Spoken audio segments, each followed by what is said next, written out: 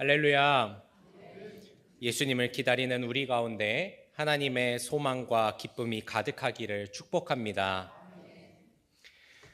스티븐 로이가 쓴 우리가 실패할 때 하나님은 무슨 생각을 하실까라는 책에서 소개하는 이야기인데요.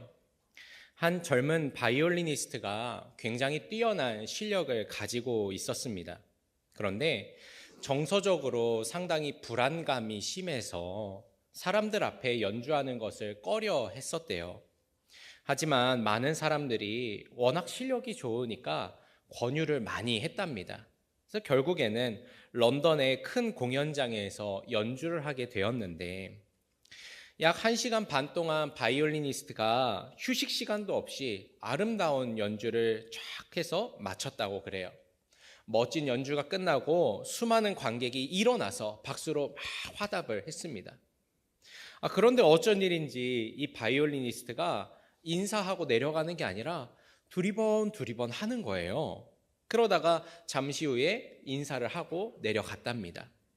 이후에 인터뷰에서 기자가 물었습니다. 왜 관객의 박수에 화답하지 않고 머뭇머뭇하셨습니까? 그러자 이 사람이 대답하기를 오늘 공연 전에 저의 스승님이 오셨다는 이야기를 들었습니다.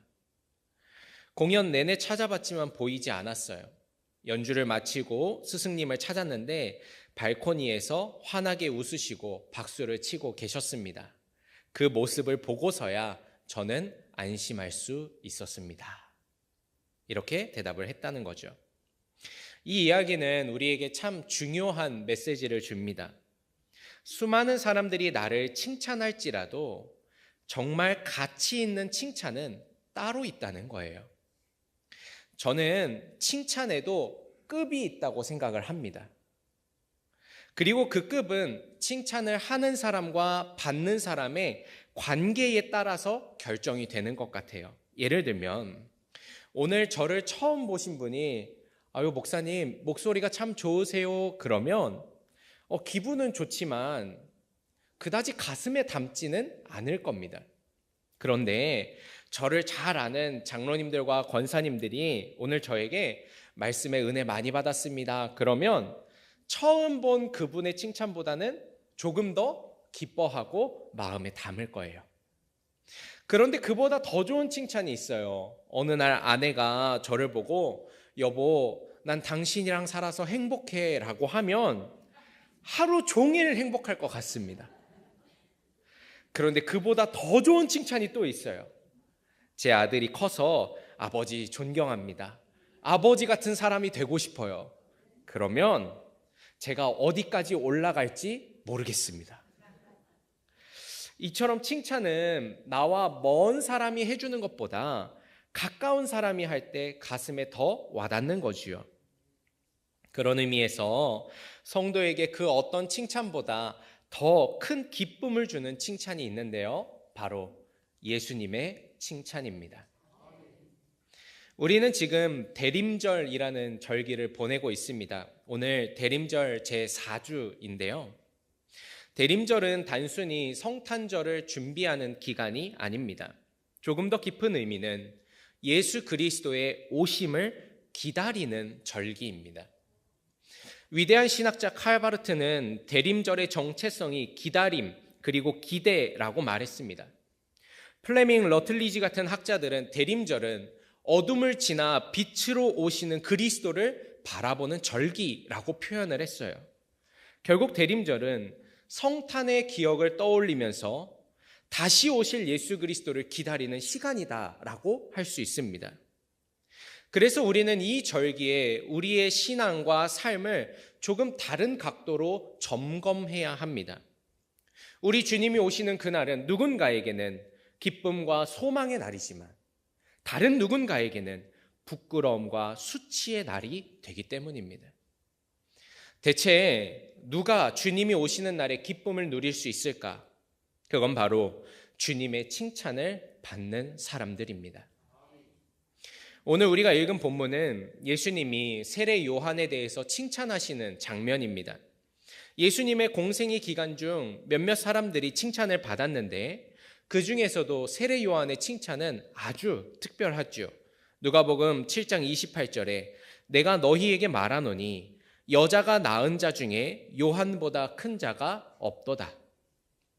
예수님이 하시는 이야기는 여자가 낳은 자 중에서는 요한이 으뜸이다 이 말이에요. 사실상 여자에게서 태어나지 않는 사람은 없으니까 모든 사람 중에서도 칭찬받아 마땅하다라는 표현이지요. 하지만 본문을 자세히 보면 세례 요한은 칭찬받을 만한 인물은 아닙니다. 지금 말씀 속에 세례 요한은요, 감옥에 갇혀 있는 상황이에요. 거기다 예수님이 뭐라 그러시냐면 세례 요한은 좋은 옷을 입지도 않았다. 좋은 옷을 입고 멋있게 사는 사람들은 왕궁에 있다. 이런 이야기를 하세요. 요한은 광야에 머무르는 사람이었다는 거죠. 그리고 이후의 이야기를 보면 요한은 결국 헤롯에게 죽임을 당하게 됩니다. 인간적인 눈으로 보면 세례 요한은 칭찬받을 만한 사람이 아니에요. 자랑스러운 사람 아니지요. 그러나 예수님은 우리의 평가와는 다르게 그를 칭찬하십니다. 도대체 주님이 칭찬하신 이유는 무엇일까? 물론 그는 위대한 선지자였고 하나님의 나라를 선포한 뛰어난 설교자였습니다. 하지만 저는 오늘 하나의 이유를 말씀드리려 합니다. 그가 하나님의 부르심, 사명을 감당했기 때문이다. 27절에 기록된 바 보라 내가 내 사자를 내 앞에 보내노니 그가 내 앞에서 내 길을 준비하리라. 하나님은 세례 요한을 부르셨습니다. 그가 메시아의 길을 예비하고 준비하도록 일을 맡기신 거예요. 그리고 요한은 그 일을 충실히 감당합니다. 예수님을 드러내고 메시아를 선포한 거죠. 예수님이 세례 요한을 칭찬하신 이유는 바로 이겁니다. 요한이 하나님의 부르심과 사명에 충성하는 사람이었기 때문인 거죠. 그렇게 보니까 성경 곳곳에서 칭찬받는 사람들은 대부분 사명을 잘 감당했다는 게 눈에 보입니다. 마태복음 25장에 유명한 이야기가 있어요. 달란트의 비유인데 어떤 사람이 먼 길을 떠나면서 종들에게 각각 5달란트, 2달란트, 1달란트를 맡겼습니다. 그리고 주인은 그들이 받은 달란트를 가지고 어떤 결과를 내기를 기대하며 길을 떠났어요. 주인이 떠난 사이에 5달란트와 2달란트를 받은 사람들은 그걸 가지고 장사를 해서 그만큼의 이익을 남겼습니다. 반면에 1달란트 받은 사람은 그걸 그대로 땅에 묻어둔 거죠. 그리고 주인이 돌아왔을 때 이윤을 남긴 2 종은 칭찬을 받았고 주인의 뜻을 헤아리지 못했던 1달란트 받은 종은 징계를 받았습니다. 말씀을 보십시오. 주인의 마음을 헤아리고 주인의 사명을 감당한 종은 칭찬받습니다. 반면에 그 뜻을 이해하지도 못하고 감당하지도 못한 채 땅에 묻어둔 사람은 책망받습니다. 마찬가지로 주님이 오시는 그날에 칭찬받는 그리스도인이 되려면 우리의 삶에서 하나님이 주신 사명을 감당해야 합니다. 주님이 주신 사명을 외면하고 감당해야 할 일을 땅에 묻어둔다면 주님이 오시는 그날은 부끄러움과 수치의 날이 될 것입니다. 우리가 사명을 잘 감당하면 주님이 말씀하실 거예요. 마태복음 25장 21절에 잘하였도다 착하고 충성된 종아 내가 적은 일에 충성하였음에 내가 많은 것을 내게 맡기리니 내 주인의 즐거움에 참여할지어다. 성도 여러분, 예수님은 십자가를 지심으로 우리를 구원하셨어요. 그리고 우리로 하여금 주의 일에 참여하는 자가 되게 하셨습니다. 사명을 맡기는 은혜를 주신 거예요. 그 사명을 충성되이 감당한다면 주님이 반드시 칭찬하실 겁니다. 주님을 기다리는 대림절, 우리 주님 다시 오시는 그날에 고맙다, 정말 고맙다, 내가 맡긴 사명이 쉽지 않았을 텐데 잘 감당하여 주어서 고맙다 칭찬 듣는 저와 여러분이 되시기를 축복합니다. 그렇다면 세례 요한이 감당한 사명은 무엇이었으며 또 우리의 사명은 무엇인가? 첫 번째는 하나님의 마음을 아는 것입니다. 정설은 아니지만 어떤 학자들은 세례 요한이 에세네파에 속한 사람이다라고 추측하는데요. 에세네파는 하나님의 율법과 말씀을 지키기 위해서 광야로 나간 사람들이에요. 그들은 광야에서 메시아의 오심을 기다리면서 말씀을 묵상하고 필사하고 기도하고 또 몸을 정결하게 하면서 살았습니다. 마태복음 3장에서 세례 요한은 처음 등장하는데 이렇게 표현합니다. 그때 세례 요한이 이르러 유대 광야에서 전파하여 말하되 이 요한은 낙타 털옷을 입고 허리에 가죽띠를 띠고 음식은 메뚜기와 석청이었더라. 그가 유대 광야에서 나왔다는 증언, 그리고 그의 기이한 모습과 식습관은 요한이 광야 생활에 익숙하다라는 걸 보여주죠. 아마 광야에 살면서 에세네파와 연결되었을 가능성이 있습니다. 이런 성서의 배경을 고려하면 요한의 등장이 참 특별해요.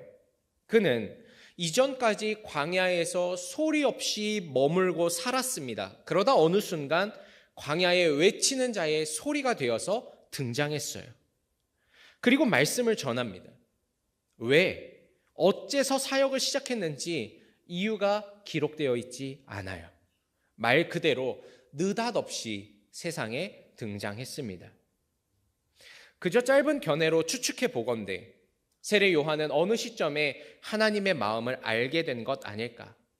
그가 하나님의 말씀을 묵상하고 깊이 기도하던 중에 하나님의 마음을 깨달아서 지금이 메시아가 오실 때임을 확신하고 광야에서 벗어나 세상을 향해 외쳤던 것은 아닐까 생각합니다.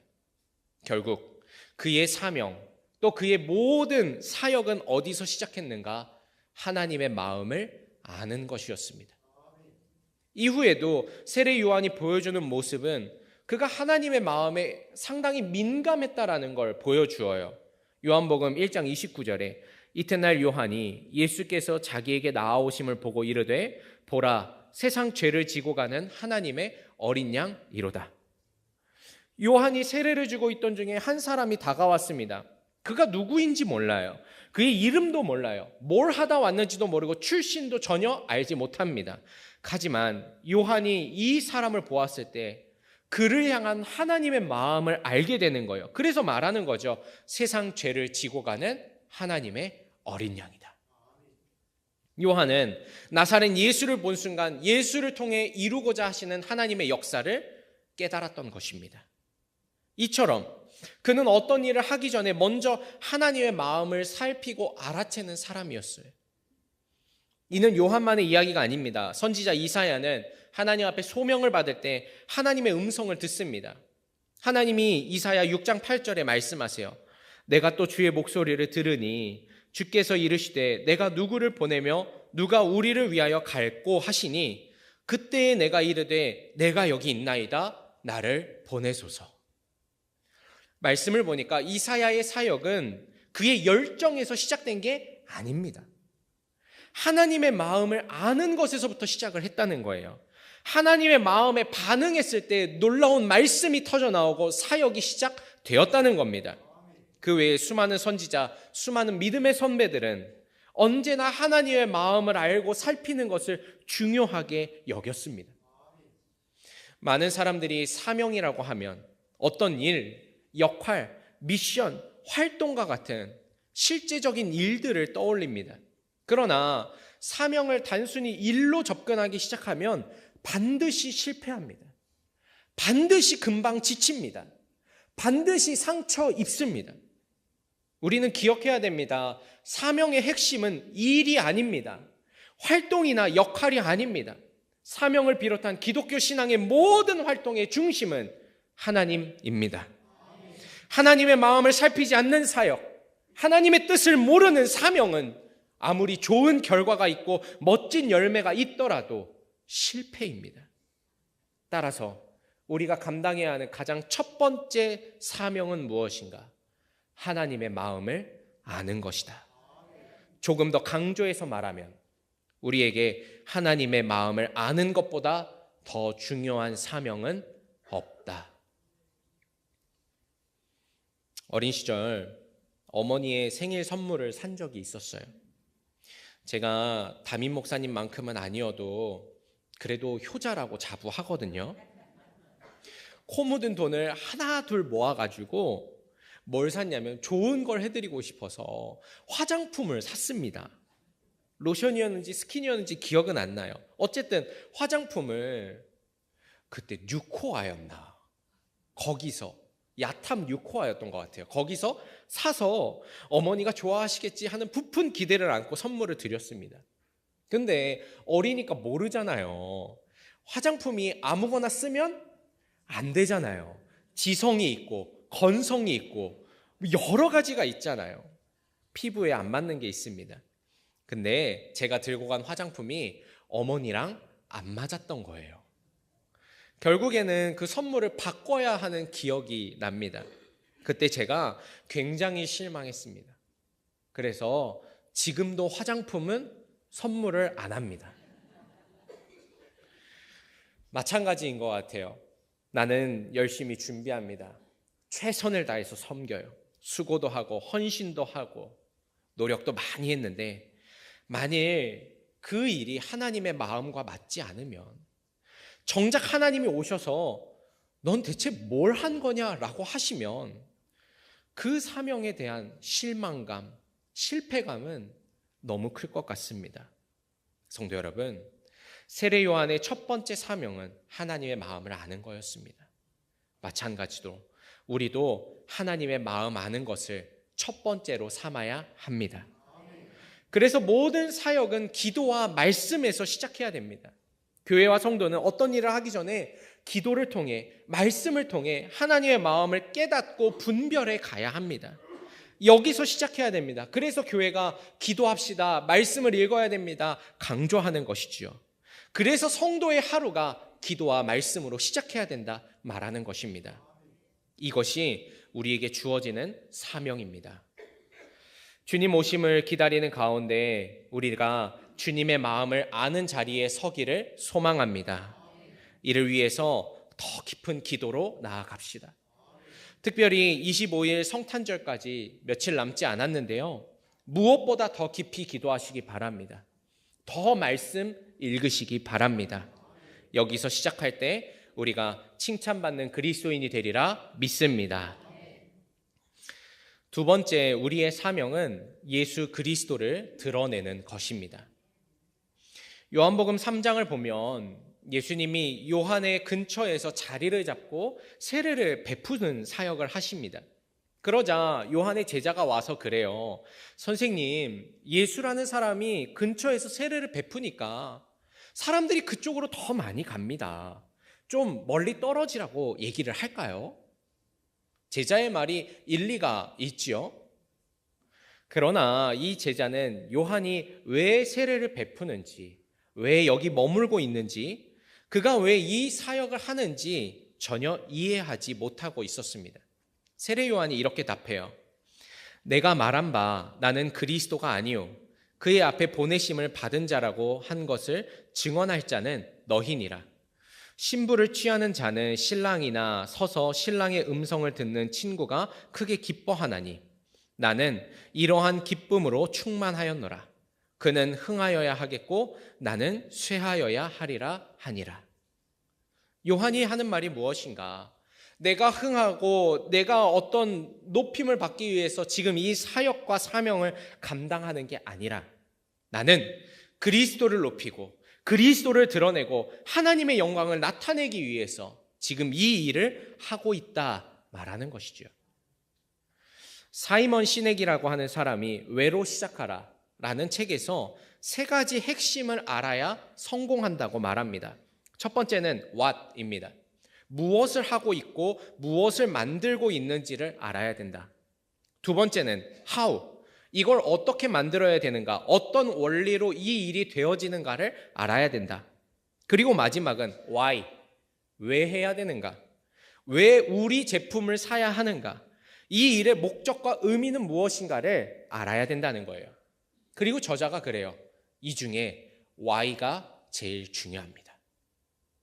저는 여기서 말하는 경영의 지혜가 우리의 신앙과 사명에도 동일하게 적용된다 생각합니다. 하나님은 요한을 세례 주는 사람으로 부르지 않으셨습니다. 또 하나님은 요한을 제자를 양육하는 사람으로 부르지 않으셨어요. 하나님은 그를 기이한 모습의 설교자로 부른 게 아닙니다. 하나님은 요한을 광야에 외치는 자의 소리가 되어 주의 길을 예비하고 그리스도를 선포하라고 부르셨습니다. 이게 목적이고 이게 핵심입니다. 그가 감당해야 할 사명의 핵심은 예수를 드러내는 것이었습니다. 마찬가지입니다. 성도 여러분, 예수 그리스도를 드러내는 것이 사명의 이유이고 목적입니다. 찬양대의 찬양은 예수 그리스도를 드러내야 합니다. 예배의 안내는 예수 그리스도를 드러내야 합니다. 차량 운행도 마찬가지입니다. 애찬을 준비하는 분들은 애찬을 통해서 그리스도와 하나님의 사랑을 드러내는 것입니다. 교회의 모든 사역 그리고 모든 성도의 삶은 그리스도를 드러내는 것에 목적이 있습니다. 그렇다면 오늘날 우리는 어떻게 예수를 드러낼 수 있을까? 많은 사람들이 그리스도를 드러내야 한다고 하면 복음을 말해야 한다고 생각합니다. 교회가 전도해야 된다고 생각을 해요. 예수를 말하고 십자가를 말해야 그리스도가 드러난다고 생각하지요. 그러나 이 또한 좋은 방법이지만 주님이 원하시는 방법은 그건 아닙니다. 그리스도를 드러내는 가장 좋은 방법은 설명이 아니라 삶의 증언입니다.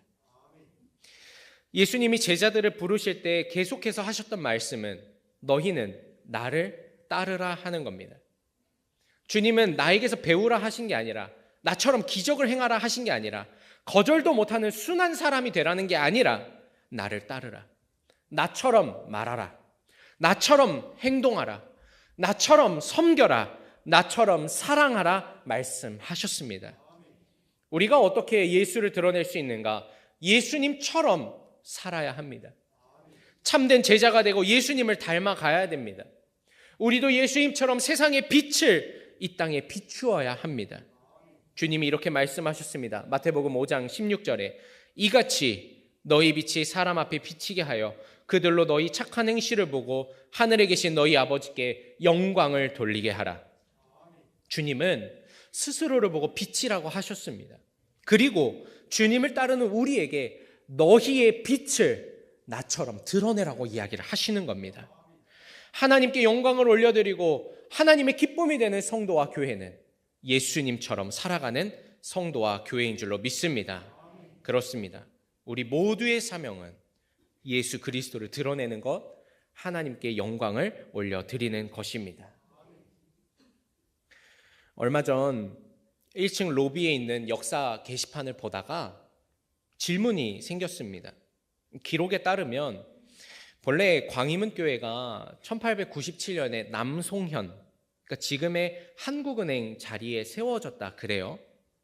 이후에 1904년에 남감리회가 개성으로 선교부를 이전하면서 그때 성도들이 헌금하고 선교부가 보조해 주어서 당시 띠골이라 불리던 수구문이 있는 오장동, 지금 이 지역으로 오게 되었다라는 겁니다. 기록을 보고 문득 저의 질문은 이렇습니다. 아니, 갈 거면 좀 좋은 동네로 가지? 왜 수구문 옆으로 왔어? 아시다시피 1904년만 해도 당시 이 일대가 한양도성에 시신이 나가는 자리였어요. 수구문 밖에는 공동묘지가 있었고 1980년대부터는 천주교 박해가 너무너무 심각하고 여러 전쟁들이 있으니까 사망자가 너무 많았대요. 그래서 시신이 밖에 그냥 쌓여 있는 경우가 있었답니다. 당연히 수구문 근처에 사는 사람들은 도성에서 가장 가난하고 어려운 사람들, 인생의 가장 마지막에 있는 사람들, 말 그대로 어둠과 절망의 끝에 서 있는 사람들이었습니다.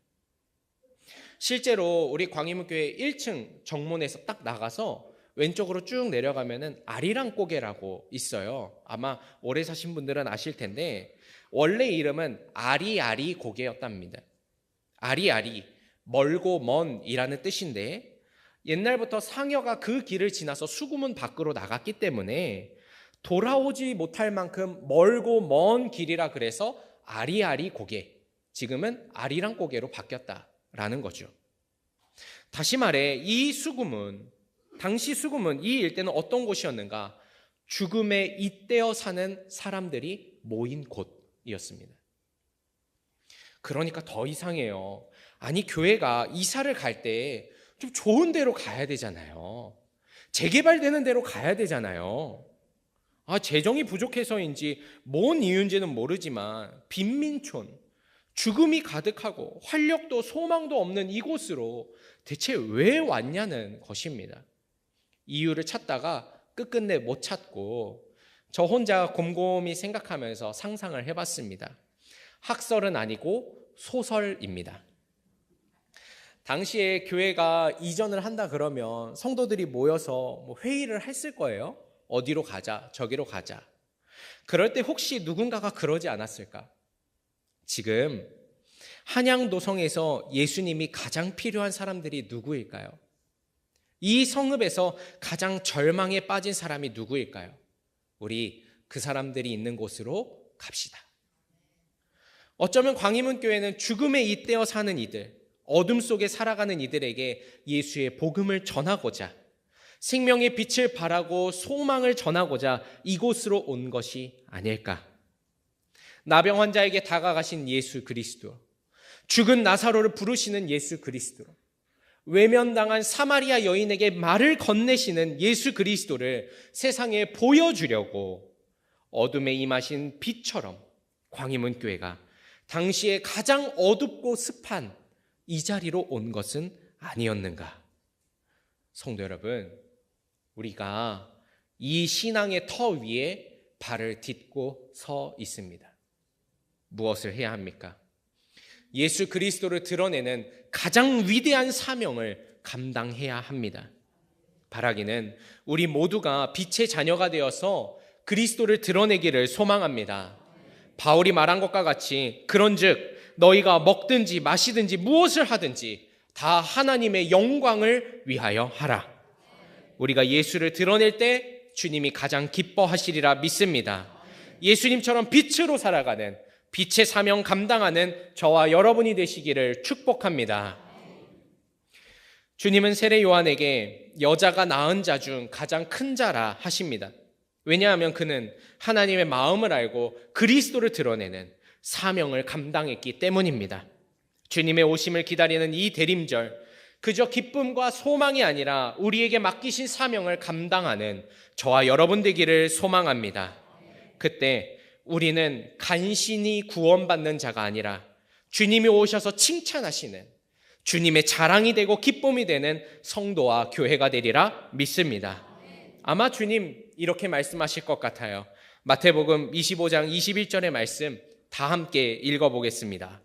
잘하였도다 착하고 충성된 종아, 내가 적은 일에 충성하였음에 내가 많은 것을 내게 맡기리니 내 주인의 즐거움에 참여할지어다. 아멘. 성도 여러분, 오늘 말씀을 가슴에 품고 사명 잘 감당하는 저와 여러분 되기를 소망합니다. 새롭게 시작하는 한 주, 주님을 기다리면서 빛의 자녀로 살아가시기를 축복합니다. 찬양하겠습니다.